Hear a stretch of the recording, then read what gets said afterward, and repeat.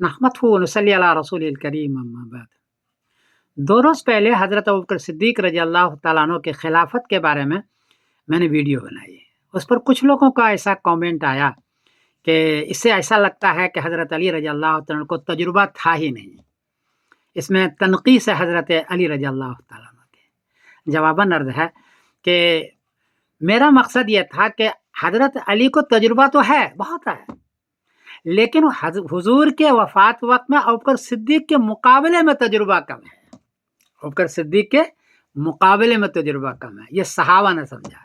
इसलिए हज़रत अली को रज़ी अल्लाह तआला अन्हु को खलीफ़े अव्वल नहीं बनाया। और उम्र भी कम है। सारे सहाबा ने हज़रत अबू बकर सिद्दीक़ को मुअम्मर समझा क्योंकि उनकी उम्र 61 साल है और उम्र होने के ज़्यादा होने की वजह से उनको खलीफ़े अव्वल बनाया।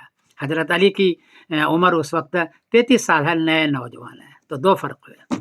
एक तो कि हज़रत अली का तजुर्बा अबू बकर सिद्दीक़ के मुकाबले पर कम है। आम तजुर्बा कम नहीं है, आम तजुर्बा बहुत ज़्यादा है।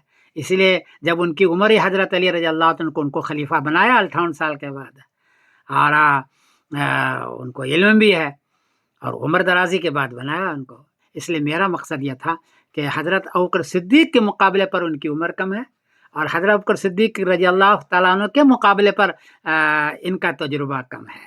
ये सहाबा ने समझा, इसीलिए उनको खलीफा अव्वल नहीं बनाया।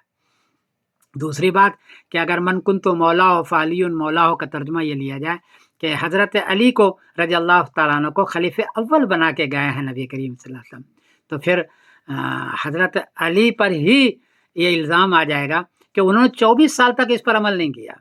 खलीफा अव्वल नहीं बने, खलीफे दूसरा खलीफा नहीं बने, तीसरा बने, चौथा खलीफा बने, 24 साल के बाद बने। तो 24 साल के तक इस हदीस पर अमल हज़रत अली ने नहीं किया।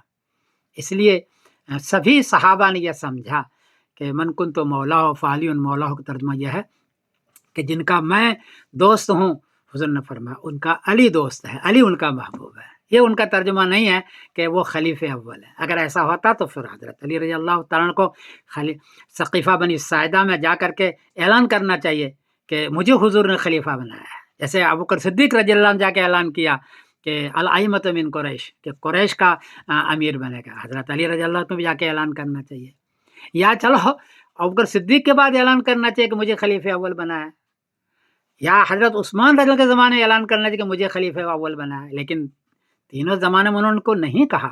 इसका मतलब यह है कि हुज़ूर पाक सल्लल्लाहु अलैहि वसल्लम नबी करीम हज़रत अली को खलीफा अव्वल बना के नहीं गए थे। और मन कुन्तु मौलाहु फ़अलियुन मौलाहु का तर्जुमा सभी सहाबा ये समझते थे। अबू बकर सिद्दीक़ भी, हज़रत अली भी ये समझते थे कि जिसका मैं महबूब हूँ, हज़रत अली उनका महबूब है और हज़रत अली हमारे भी महबूब हैं, सबके महबूब हैं।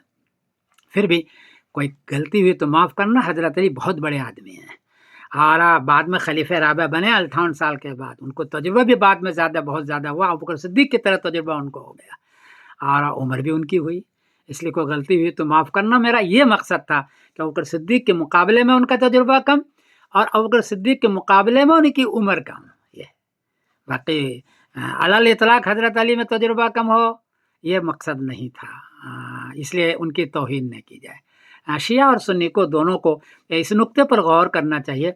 और शिया हज़रात जो हज़रत अबू बकर सिद्दीक़ को बार बार कहते हैं कि ये खिलाफत का गासिब हैं और उसको बुरा भला भी कहते हैं, तौहीन भी करते हैं, तबर्रा भी करते हैं, ये नहीं करना चाहिए।